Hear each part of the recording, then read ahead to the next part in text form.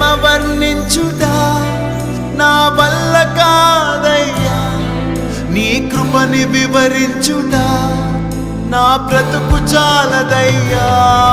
నీ ప్రేమ వర్ణించుట నా వల్ల కాదయ్యా, నీ కృపని వివరించుట నా బ్రతుకు చాలదయ్యా. తండ్రి దేవా